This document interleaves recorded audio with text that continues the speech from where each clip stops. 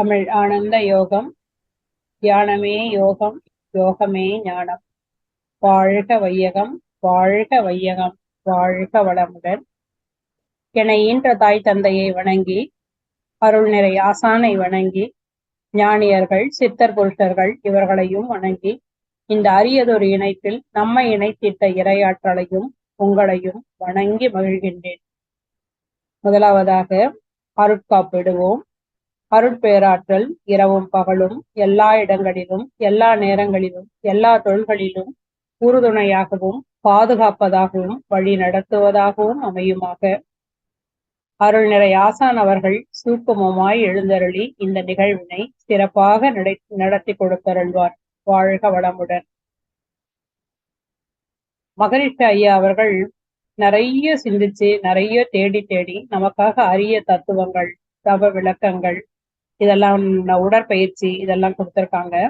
அத இறைஞான ஆசிரியர் நன்மணி ஐயா, அவருக்கு உடன் துணையா இருந்த சசிகுமார் ஐயா அவர்களும் இந்த புத்தகத்தை எழுதி கொடுத்திருக்காங்க. இது ஏன் இதெல்லாம் தொடர்ந்து இந்த முயற்சியில இருக்காங்க அப்படின்னா, நம்மை போன்ற, அதாவது என்னை போன்ற பாமரர்களுக்கும் இது போய் சேரணும் அப்படின்ற ஒரு நல்ல முயற்சி, அரியதொரு முயற்சி. இந்த முயற்சிக்கு நாமெல்லாம் ஒரு சின்ன அணில் மாதிரி ஒரு சிறு கல் எடுத்து வைக்கிற அளவுக்கு நம்முடைய பங்கு இதுல பங்களிப்பு இருக்கு அப்படின்னு நினைக்கும் போது இறையாற்றலை வணங்கி மகிழ்கின்றேன். வாழ்க வளமுடன், வாழ்க வளமுடன். இந்த தலைப்பை நான் முதல்ல எடுக்கும்போது இதை எடுக்கலாமா வேணாமா, அதாவது இது ஒரு நெகட்டிவ் மாதிரி இருக்கு அப்படின்னு எனக்கு கொஞ்சம் மனசுக்குள்ள ஒரு தயக்கம். விபத்திலிருந்து காத்து கொள்வது எப்படி அப்படின்னும் போது ஒரு நெகட்டிவ் மாதிரி இருக்கு அப்படின்னு நான் நினைச்சேன். சரி பரவாயில்ல, ஐயா துணை இருக்காங்க, ஐயா இதை வலியுறுத்தி சொல்லியிருக்காங்க, இந்த விபத்து ஏற்படும், அந்த விபத்துக்கு காப்பு இப்படி போடணும் அப்படின்னு.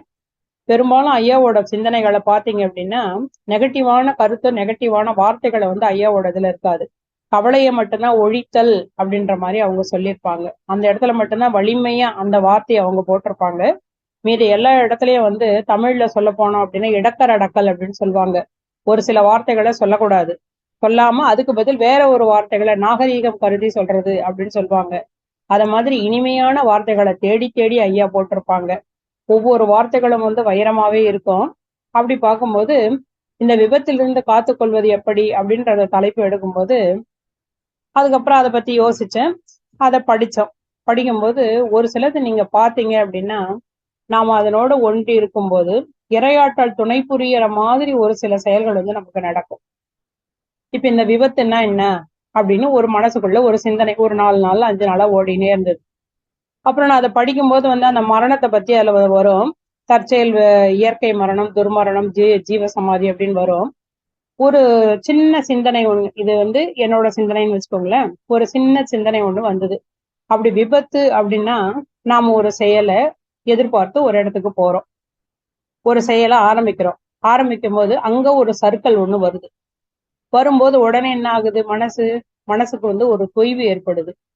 இது அந்த எண்ணத்தில் விபத்து அப்படின்னு என் மனசு அப்ப சொல்லுச்சு. ஒரு செயலை நம்ம ஆரம்பிக்கிறோம், அந்த செயலை செய்ய முடியாத மாதிரி ஒரு தடை வருது. இது அந்த செயல்ல விபத்து அப்படின்னு என் மனம் இதுக்கு முன்னாடி யோசிச்சது இல்லைங்க. ஆனா இந்த சிந்தனையை ஓடும் போது இந்த மாதிரியான ஒரு எண்ணங்கள், ஒரு 2-3 தொடர்பான ஒரு எண்ணங்கள் வந்தது. சரி, அது வந்தது, அது அதோட போயிடுச்சு. அதுக்கப்புறம் வெவ்வேறு சிந்தனைகள் வந்தது. இதுக்காக இப்படி படிச்சுட்டு இருந்தேன். அப்படி படிக்கும்போது இன்னைக்கு சாயந்தரம் 6 மணிக்கு இந்த நிகழ்வுல நான் கலந்துக்கணும், பங்கேற்கணும். தற்செயலா பார்க்கும்போது இன்னைக்கு மத்தியானம் 1 மணிக்கு எங்க வீட்டுல உள்ள ஒரு நபர் உடனடியா ஹாஸ்பிட்டலுக்கு போக வேண்டிய ஒரு சூழ்நிலை, கட்டாய சூழ்நிலை. ரொம்ப பெரியதுன்னு இல்லை, ஒரு சின்ன விஷயம்தான், ஆனா ஹாஸ்பிட்டல் போயே ஆகணும் அப்படின்ற மாதிரி ஆயிடுச்சு. அதுக்காக ஹாஸ்பிட்டல் போனோம். நாங்க போனது ஒரு பெரிய ஹாஸ்பிட்டல் அப்படின்றதுனால டாக்டரை பார்க்கணும், எக்ஸ்ரே எடுக்கணும், இதை பண்ணணும், அதை பண்ணணும் அப்படின்னு அவங்களோட இது நிறைய ப்ரொசீஜர் போயினே இருந்தது. அப்படி போயினே இருக்கும்போது நான் என்னோட நிலைமையை பத்தி சொன்னேன். இதை மாதிரி இருக்குது, நான் எப்படி இந்த நிகழ்ச்சிக்கு கலந்துப்பேன் அப்படின்னு எனக்கு தெரியல, ஆனா நான் கலந்துக்கணும் அப்படின்னு. அப்போ எனக்கு ஆலோசனை சொன்னாங்க, இல்ல நீங்க அருட்காப்பு போடுங்க, கண்டிப்பா நீங்க கலந்துப்பீங்க அப்படின்னு. எனக்கு இதுல வலிமையா இருக்குது, நான் கலந்துக்கணும் அப்படின்ற எண்ணம் எனக்கு வலிமையா இருக்குது அப்படின்னு நான் சொன்னேன். ஒரு சில விஷயங்களை நம்ம இறங்கும் போது அதாவது அந்த இயற்கையோட இறைவனோட நாம் தொடர்பு படும்போது நம்மை பரிசோதித்து பார்க்கிற மாதிரியான நிகழ்வுகள்லாம் வரும் இல்லைங்களா? அப்படி வந்து நான் இந்த நிகழ்ச்சியை முடிச்சுட்டு வரேன். அதாவது அந்த ஹாஸ்பிட்டல்லாம் போயிட்டு நான் இதுல கலந்துக்க முடியாது அப்படின்ற சூழ்நிலையில என் மனசு வந்துடுச்சு. வந்ததுக்கு அப்புறமா பார்த்தா ஒரு 4:30 மணிக்கு நான் ஃப்ரீ ஆயிட்டேன். அதுக்கப்புறம் என்னால கலந்துக்க முடியும் அப்படின்னு இப்ப இதை உங்ககிட்ட பேசிட்டு இருக்கேன். அப்பதான் நினைச்சேன், இப்ப இதுல இருந்து அருட்காப்பு எந்த அளவுக்கு உதவி புரியுது. அப்போ அந்த அருட்காப்பு வந்து நான் கிளம்பும் போதுல இருந்து வர்ற வரைக்கும் சொல்லினே இருந்தேன். அருட்பேராற்றல் இரவும் பகலும் எல்லா இடங்களிலும் எல்லா நேரங்களிலும் பாதுகாப்பதாகவும் வழி நடத்துவதாகவும் துணை புரிவதாகவும் அமையுமாக. வழி நடத்தி கொண்டிருக்கிறது, துணை புரிந்து கொண்டிருக்கிறது என்பதில் எந்தவித ஐயமும் இல்லை. மனம் மகிழ்ந்து இதை சொல்கிறேன். அப்போ ஒரு அனுபவத்தையும் இன்னைக்கு தந்திருக்கு பாத்தீங்களா? அந்த இறையாற்றல் எவ்வளவு ஒரு பெரிய அனுபவத்தை தந்திருக்கு. நான் ஒரு ஆசிரியரா இருந்து விருப்ப ஓய்வு பெற்றேன். அப்ப அந்த மாணவர்கள் கிட்ட வந்து சொல்வேன், வீட்டுல இது மாதிரியான ஒரு சின்ன சின்ன பிரச்சனை எல்லாம் நடக்கும்.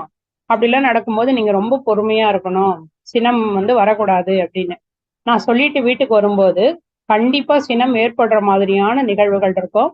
அப்படியே கொதிச்சு ஏதாவது பேசுற மாதிரியான வார்த்தைகள் விழற மாதிரியான வரும். அப்போ வந்து அந்த நேரத்துல உள்ளொளி ஒலிக்கும், நீ இப்ப சொல்லிட்டு வந்த இல்லையா உனக்கான டெஸ்ட் அப்படின்னு வரும். ஓஹோ அப்படின்னு நான் கொஞ்சம் விழிப்பு நிலை வந்துடும். அப்போ நம்ம இறைநிலையோடு ஒன்றும் போது ஒவ்வொன்றும் நமக்கு தேர்வாகவும் நம்மை பாதுகாப்பதாகவும் அமைந்து கொண்டிருக்கிறது என்பதில் எந்தவித ஐயமும் இல்லை என்பதிலிருந்து இந்த உரையை நான் தொடங்குகிறேன். ஐயா அவர்கள் வந்து ரொம்ப அழகா தொகுத்து அதை எளிமையா எல்லாருக்கும் புரியிற மாதிரி சொல்லியிருக்காங்க. இப்ப இதுல இந்த சொல்லிருக்கும் போது இந்த தற்செயல் விபத்து அப்படின்னு சொல்லியிருக்காங்க. இந்த விபத்துல இருந்து நம்மை நாம் காத்து கொள்ள முடியுமா? கண்டிப்பாக காத்து கொள்ள முடியும். எப்படி காத்து கொள்ள முடியும்? அருட்காப்பு சொல்லணும். நம்ம வீட்டுல காலையில கண் விழிக்கும் போது அருட்காப்போட தான் கண் விழிக்கணும்.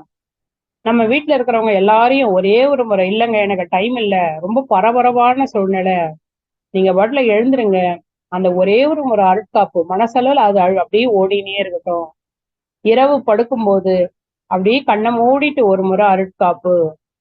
இந்த அருட்காப்பு வந்து கண்டிப்பாக நம்மையும் நம் குடும்பத்தையும் காத்து கொள்ளும் என்பதில் எந்தவித ஐயமும் இல்லை.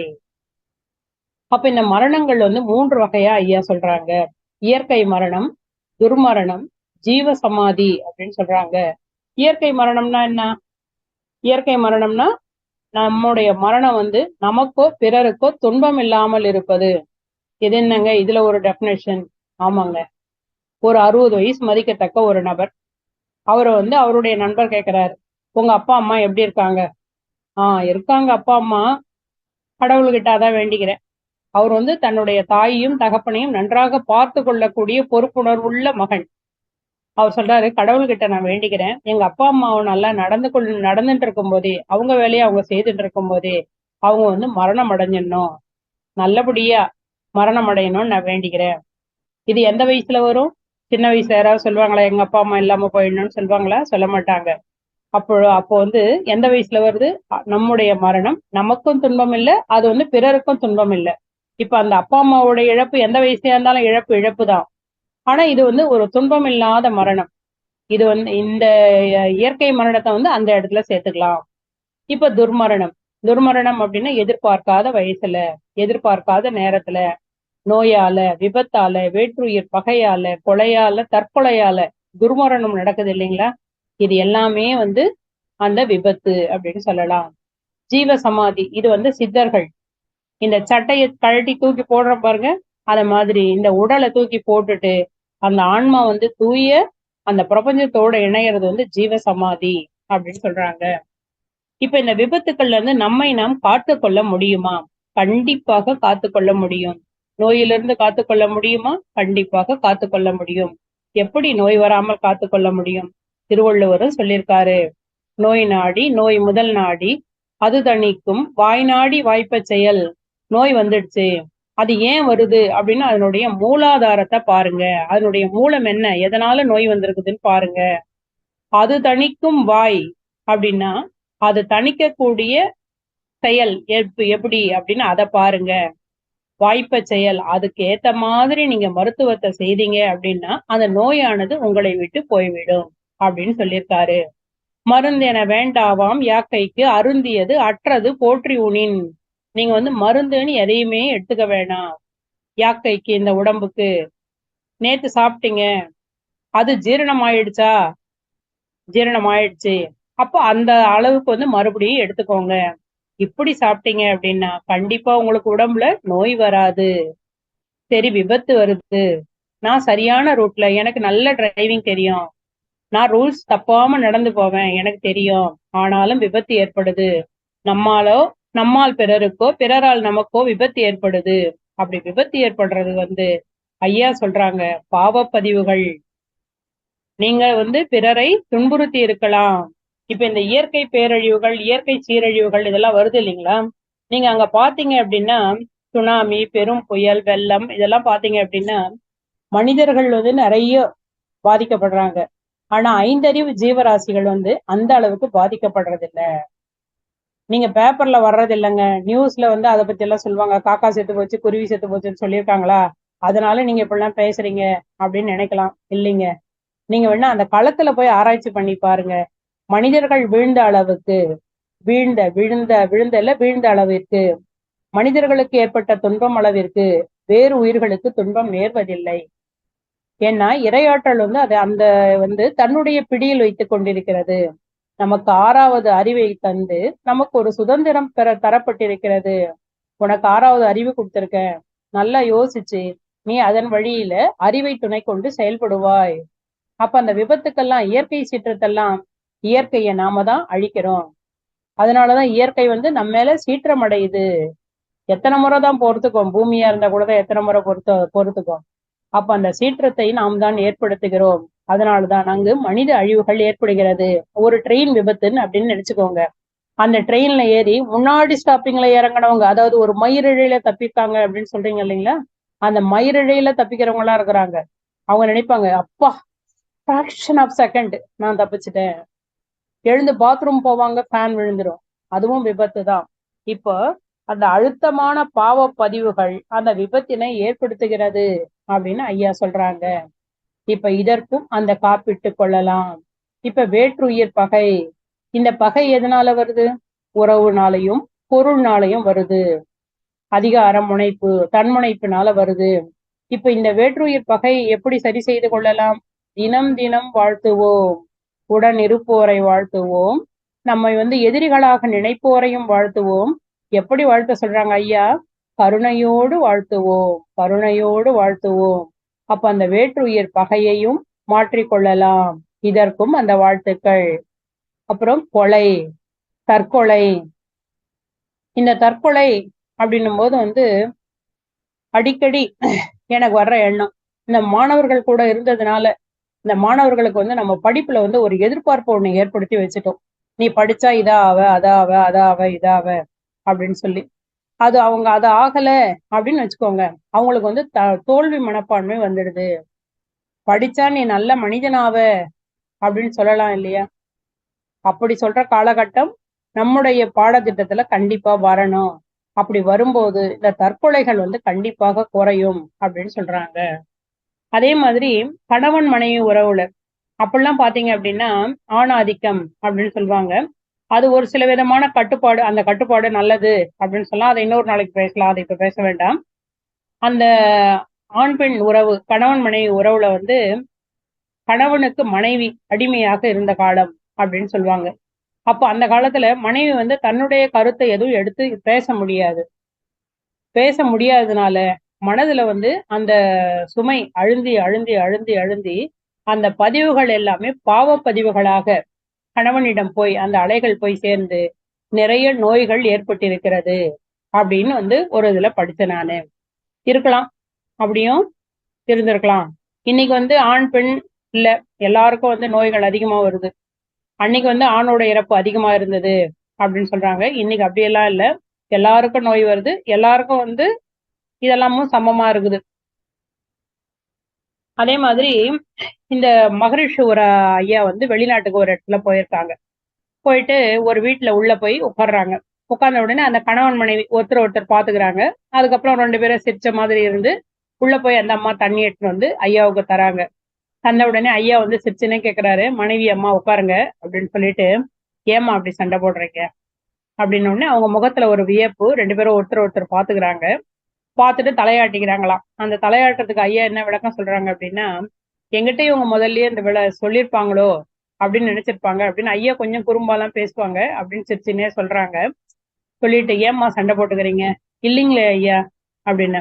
இத பாருமா படம் ஓடுற மாதிரி செவுத்துல ஓடுது அப்படின்னு ஐயா சொல்றாங்களாம். நீங்க 2 பேரும் எப்பவுமே சண்டை போட்டுனே இருக்கிறீங்க அப்படின்னு சொல்றாங்களாம். அப்போ இந்த அலைகள் வந்து எப்படி பதிவாகும் அப்படின்னா, நம்ம வீட்டுல நாம பேசுற எல்லா சொற்களும் எல்லா செயல்களும் கண்டிப்பாக நம்ம வீட்டில் பதிவாகிறது. டிவி வைக்கிறோம், அதுல வர்ற அழுகுரல் எல்லாமே பதிவாகிறது. இது எப்படிங்க என்னாலலாம் ஏத்துக்கவே முடியலங்க, சொல்றீங்களா? இது என்னால ஏத்துக்க முடியல. சரி, காலையில எழுந்து நீங்க வீட்டுல வந்து நல்ல வைப்ரேஷன் இருக்கட்டும் அப்படின்னு ஒரு ஸ்லோகம் போடுறீங்க, இல்ல அந்த ஸ்லோகத்தை சொல்றீங்க. நீங்க மனமோந்து அந்த ஸ்லோகத்தை சொல்லி முடிச்சதுக்கு அப்புறமா, அப்பா இன்னைக்கு கொஞ்சம் மனசு வந்து ஒரு மாதிரி இருக்குது, நல்லா இருக்குது அப்படின்னு சொல்றீங்க இல்லையா? அப்போ அதுல இருந்து ஒரு வைப்ரேஷன் வரும் அப்படின்னு நீங்க நினைக்கும் போது, ஒரு நம்பும் போது, ஏன் இதுல இருந்து ஒரு வைப்ரேஷன் வரும் அப்படின்னு நம்ம ஏத்துக்க கூடாது? கண்டிப்பாக வருகிறது. எப்போதும் ஒரு நெகட்டிவான பேச்சு, புலம்பல் இது மாதிரி வரும்போது அந்த நெகட்டிவான அலை, எதிர்க்க முடிந்தவன் எதிரியாகிறான், எதிர்க்க முடியாதவன் பழி வாங்குகிறான், பின்னாடி வந்து பழி வாங்குவான். அப்போ நம்மால வந்து எதிர்த்து பேச முடியல அப்படின்னும் போது என்ன ஆகும்? அது வந்து பழி செயலாகும், பாவ செயலாகவும் பதிவாகிறது அப்படின்னு சொல்றாங்க ஐயா. அப்ப நோய் வரும்போது இந்த நோயை எப்படி நம்ம தீர்க்கணும் அப்படின்னு யோசிக்கணும் அப்படின்னா, இப்ப எந்த நோய் வந்தாலும், இப்ப இன்னைக்கு நானே உதாரணம் சொன்னேன் இல்லைங்களா, ஒரு பெரிய ஹாஸ்பிட்டல் போனோன்னு, எந்த நோய் வந்தாலும் அதை வந்து இயற்கை சார்ந்த மருத்துவத்துல முதல்ல குணப்படுத்த முடியுமா அப்படின்னு பார்க்கணும். அதுதான் வந்து சரியான தீர்வாக இருக்கும். அதாவது வந்து வேரோடு அழிக்கும் முறை அப்படின்னு சொல்றேன் இல்லைங்களா, அப்படி இருக்கும். அப்போ உணவில் ஒழுங்கு இருக்கணும். ஒரு அம்மா ஒருத்தர் சொல்லுவாங்க, எனக்கு வந்து ஒரு 15 வருஷமா சுகர் இருக்குது, நானும் எத்தனையோ டாக்டர் எல்லாம் மாத்தி மாத்தி பார்த்துட்டேன், ஆனா எனக்கு வந்து சுகர் கூடினே தான் போதோ தவிர, டாக்டரை மாத்தினே இருக்கிறேன், கூடினே தான் போதோ தவிர குறையிற பாடே இல்லை அப்படின்னு அந்த அம்மா சொன்னாங்க. அதுக்கு அந்த மருத்துவர் சொன்னாராம், அம்மா நீங்க மாத்த வேண்டியது வந்து டாக்டர் எல்லாம் கிடையாது, உங்களுடைய உணவை தாம்மா நீங்க மாத்தணும். உணவை மாத்திட்டு நீங்க வந்து பாருங்க, அப்போ வந்து அந்த சர்க்கரையோட அளவு குறையுதான்னு பாருங்க அப்படின்னு சொன்னாராம் அந்த மருத்துவர். அதுக்கடுத்து வந்து நோயுற்றவரினுடைய முயற்சி இருக்கணும் 25 பங்கு. இதுல 4த்தையும் 25% 25% ஐயா சொல்லுவாங்க. இயற்கை சார்ந்த மருத்துவம், உணவில் ஒழுங்கு, நோயுற்றவரின் முயற்சி, மன உணர்வுகள். இந்த நோயுற்றவரின் முயற்சி தினமும் வந்து அகத்தாய்வு பண்ணணும், உடற்பயிற்சி செய்யணும், தற்சோதனை செய்யணும். இதெல்லாம் செய்யும் போது காயகல்பம் பண்ணணும். இதெல்லாம் பண்ணும்போது கண்டிப்பா இந்த நோயுற்றவர் வந்து குணமடைய முடியும். யாருக்கு நோய் வந்ததோ அவங்க முழுசா ஒத்துழைச்சா மட்டும்தான், 100% ஒத்துழைச்சா மட்டும்தான் அந்த நோயானது குணமடைய முடியும். அதே மாதிரி மன உணர்வுகள், நல்ல உணர்வுகளை வந்து நாம வச்சுக்கணும். நாம குழந்தைங்களை வளர்க்கும் போது, குழந்தைங்க கிட்ட பேசும்போது, நம்ம வீட்டுல உள்ளவங்க கிட்ட பேசும்போது எப்பவும் வந்து எதிரடையான பேச்சும் உள்ளொன்று வைத்து புறமொன்று பேசுதல். அதாவது நம்ம உள்ள ஒரு மாதிரியா அதை நினைச்சுட்டு இருப்போம், வெளியில பேசும்போது அதை வேற மாதிரியா திருச்சி அதை பேசுவோம்.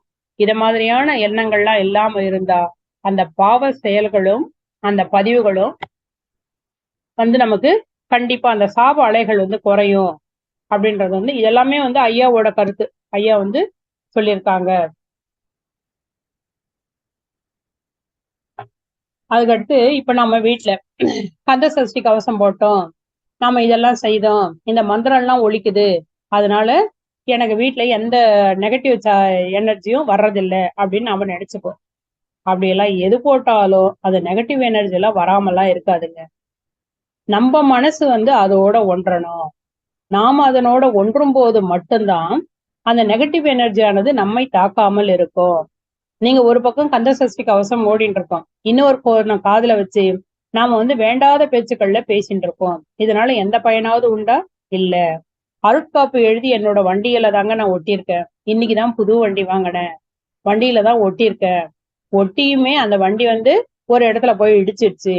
இல்லைங்க, நீங்க அதுல ஒட்டினா மட்டும் போதாது, நீங்க அந்த வண்டியோட பேசணும், நீங்க அருட்காப்பு போட்டுக்கணும், உங்களுக்கு அருட்காப்பு போடணும், உங்க வீட்டுல உள்ளவங்களுக்கு அருட்காப்பு போடணும். தினம் தினம் தினம் தினம் நம்ம அருட்காப்பு சொல்லினே இருக்கணும். அப்ப அந்த அருட்காப்பானது நம்மை விபத்திலிருந்து கண்டிப்பாக பாதுகாத்து கொள்ளும். அப்ப நம்ம அந்த வீட்டோட சூழ்நிலை எப்படி வச்சுக்கணும் அப்படின்னா, எப்பவும் அந்த நெகட்டிவான பேச்சு, நெகட்டிவான எனர்ஜி. ஏங்க சாப்பிட வரீங்களா? ஏன் என்ன சாப்பிட வேணாம் நீ நினைக்கிறியா? இப்ப அந்த அம்மா என்ன கேட்டாங்க? ஏங்க சாப்பிட வரீங்களா? என்ன புதுசா கேள்வி? சாப்பிட வரீங்களான்னு. சாப்பிட வாங்கன்னு கூப்பிடு. ஏங்க நான் ஒண்ணும் தப்பா சொல்லீங்களேங்க. இப்ப இது ஒரு வாக்குவாதமா தொடர்ந்து கொண்டே போகிறது. அப்ப இது நம்ம குழந்தைங்க பாக்குறாங்க. அவங்களுக்கு நாம தானங்க ரோல் மாடல், நாம தானே சொல்லி கொடுக்குறோம். இப்ப இந்த பேச்சானது எப்படி போகுது அப்படின்னா, நெகட்டிவான பேச்சாவே தான் போயிட்டு இருக்குது. இது வேணும்னே இவங்க பேசுறாங்களா அப்படின்னா, வேணும்னு பேசுறதாவும் இருக்கலாம். ஒரு சில நேரத்துல வந்து நம்மை அறியாமல் அந்த வார்த்தைகள் வந்து அப்படி விழுது. அப்போ ஒவ்வொரு முறையும் தவம் தற்சோதனை பண்ணிட்டு இந்த வார்த்தைகளை வந்து நம்ம எப்படி பேசியிருக்கலாம்?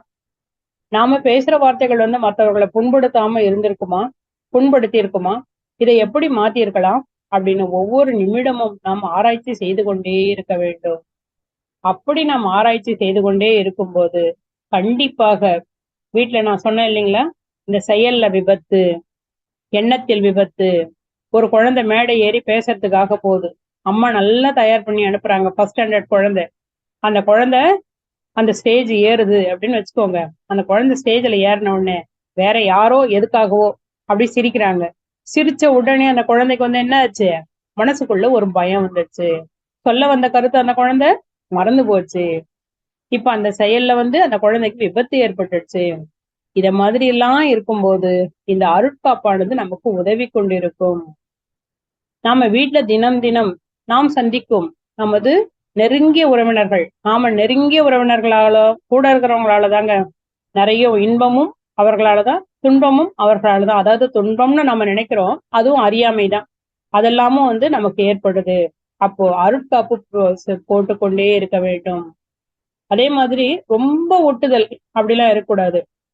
கொஞ்சம் உதாசீனம் எங்கெல்லாம் வருதோ அங்கிருந்து கொஞ்சம் விலகி இருக்கலாம். மனதளவுல வந்து விலகி நம்முடைய கடமைகளை மட்டும் நம்ம செய்து இறைநிலையோடு நம்மை நாம் தொடர்பு படுத்திக் கொள்ளும் போது இந்த விபத்துகளிலிருந்து, வார்த்தை விபத்துகளிலிருந்து, செயல் விபத்துகளிலிருந்து, மரணம் என்றும் வரை செல்லும் அந்த விபத்திலிருந்து நம்மை நாம் மீட்க முடியும். அதே மாதிரி இப்ப மாணவ பருவத்துல கண்டிப்பா நாம சொல்லி கொடுக்க வேண்டியது என்ன அப்படின்னா, அவங்க தற்கொலைக்கு முயற்சி பண்றாங்க. இத வந்து கண்டிப்பா பாடத்திட்டத்துல வைக்கணும். பாடத்திட்டத்துல வைக்கல அப்படின்னால இப்போ ஒரு 50 வயதை கடந்தவர்களுக்கு எல்லாம் தெரியும். அப்பெல்லாம் வந்து நீதி போதனை அப்படின்னு ஒரு பீரியட் ஒண்ணு இருந்தது. அந்த நீதி போதனையில தன்னுடைய சுய கதைகள், அதாவது வாழ்க்கையில முன்னேற்றம் அடைந்தவர்களுடைய கதைகள், இதெல்லாம் வந்து ஆசிரியர்கள் எடுத்து சொல்லுவாங்க.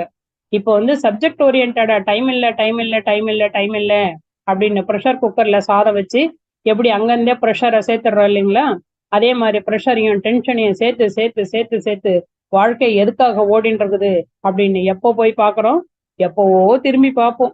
திரும்பி பார்க்கும்போது பலன் இல்லாமல் போய்விடும். அப்போ அந்த மாணவ பருவத்துல சொல்லி கொடுக்கணும், தற்கொலை வந்து எதற்குமே முடிவில்லை. நீங்க ஸ்டேட் ஃபர்ஸ்ட் ஒரு ரிசல்ட் ஒண்ணு வருது. இப்பெல்லாம் தான் அந்த ரிசல்ட்ல வந்து ஸ்டேட் ஃபர்ஸ்ட் செகண்ட் இதெல்லாம் சொல்றது இல்லை. அப்பெல்லாம் ஒரு 50 வயதுக்கு மேற்பட்டவர்களுக்கு தெரியும்.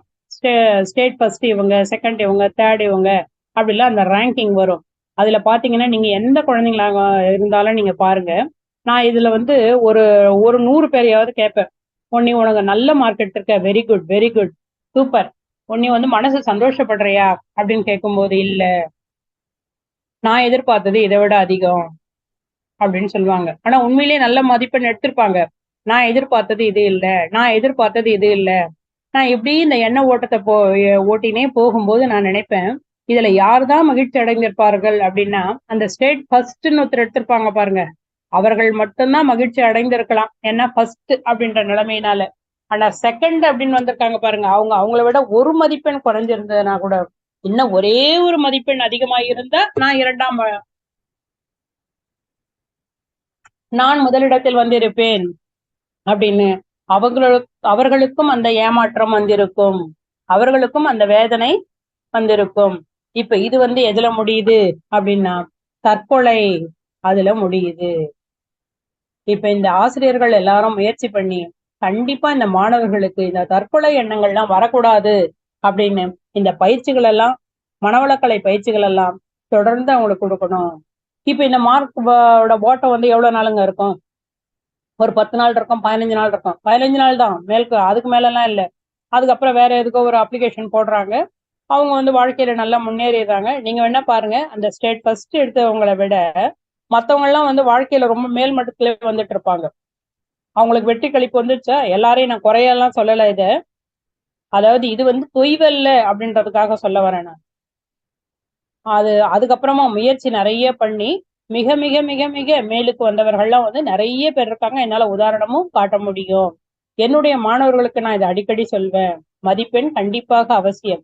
ஆனா மதிப்பெண் மட்டுமே வாழ்க்கை இல்லை. வாழ்க்கையில உயர்றதுக்கு நிறைய விஷயங்கள் இருக்குது.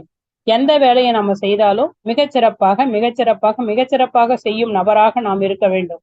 நாம் ஒரு இடத்துல இருக்கிறோம் அப்படின்னா அந்த இடத்தில் நாம் இன்றியமையாத நபராக இருக்க வேண்டும். அந்த இடத்துல இருந்து நாம நீங்கிட்டோம் அப்படின்னா நம்முடைய இன்மை அப்படின்றது இழப்பாக இருக்கணும். அந்த அளவுக்கு மரியாதைக்குரிய நபர், அதாவது முக்கியத்துவம் வாய்ந்த நபராக நமது பணியை நாம் எல்லா இடத்திலும் செய்ய வேண்டும் அப்படின்னு சொல்லுவேன். அப்போ இந்த தற்கொலையை நாம முற்றிலுமாக தவிர்த்து விடல் வேண்டும். கொலை அது வேற்றுயிர் பகை. இத தவத்தினால மாற்றலாம். அப்போ இந்த விபத்துக்களை நாம் எப்படி தவிர்க்கலாம் அப்படின்னா, நோய் சரியான தீர்வு அப்படின்னு பார்த்தோம் அப்படின்னா சரியான உணவு முறை, உடற்பயிற்சி இதெல்லாம் எடுத்து இந்த நோயானது வராமலும் வந்த பின்பும் அதை முழுமையாக அகற்றும் முறையை நாம் பின்பற்ற வேண்டும். விபத்து, இந்த விபத்து நேராமல் இருக்கிறதுக்கு விழிப்பு நிலையோட இருக்கணும். கூட அருட்காப்பு.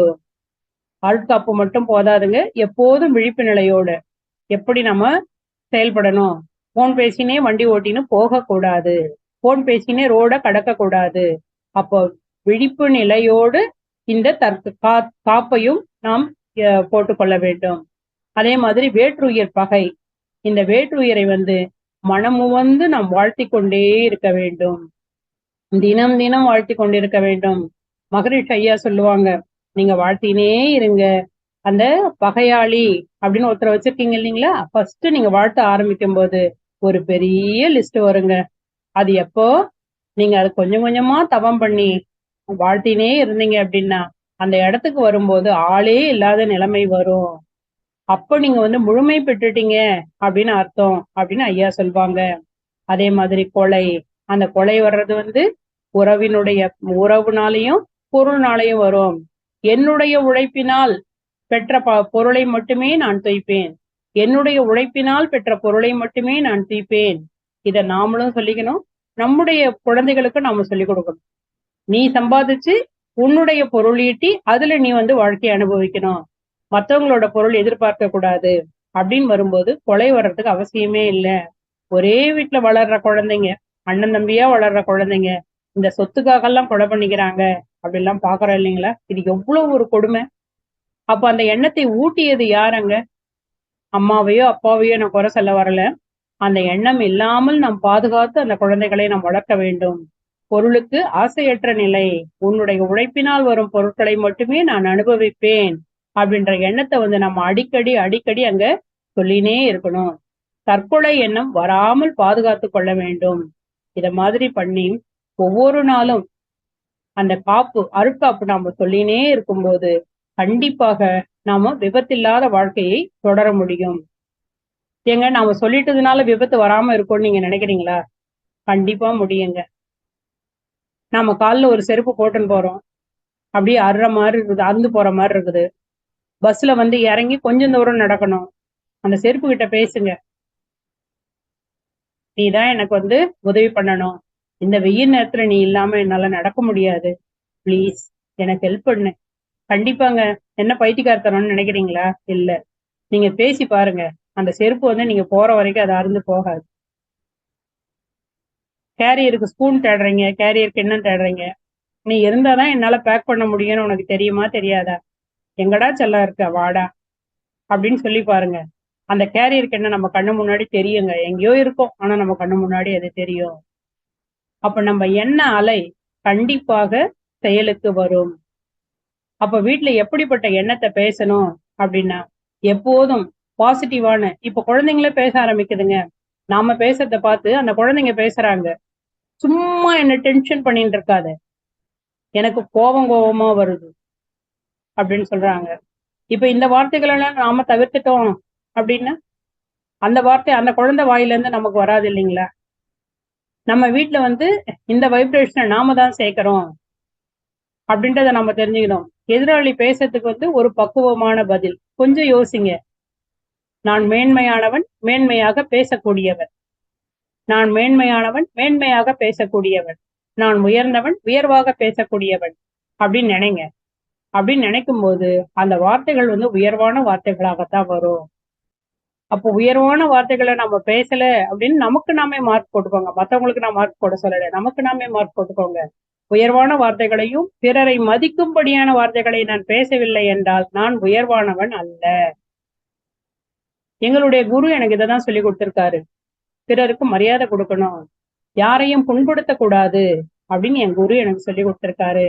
நான் குருவை உண்மையாக பின்பற்றுவோராக இருந்தால் நான் யாரையும் துன்புறுத்த மாட்டேன்.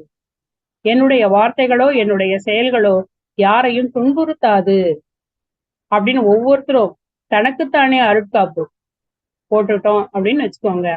நிறைய விபத்துக்கள்ல இருந்து நம்மை நாம் தினம் தினம் பாதுகாத்து கொள்ள முடியும். ஒவ்வொரு நிமிடமும் நம்மை நாம் பாதுகாத்து கொள்ள முடியும். அதே மாதிரி எங்களுக்கு நான் சின்ன குழந்தையா இருக்கும்போது ஒரு 4th 5th இருக்கும்போது என்னுடைய ஆசிரியர் ஒருத்தர் இருந்தார். அந்த ஆசிரியர்கிட்ட நாங்க போய் சொல்லுவோம்.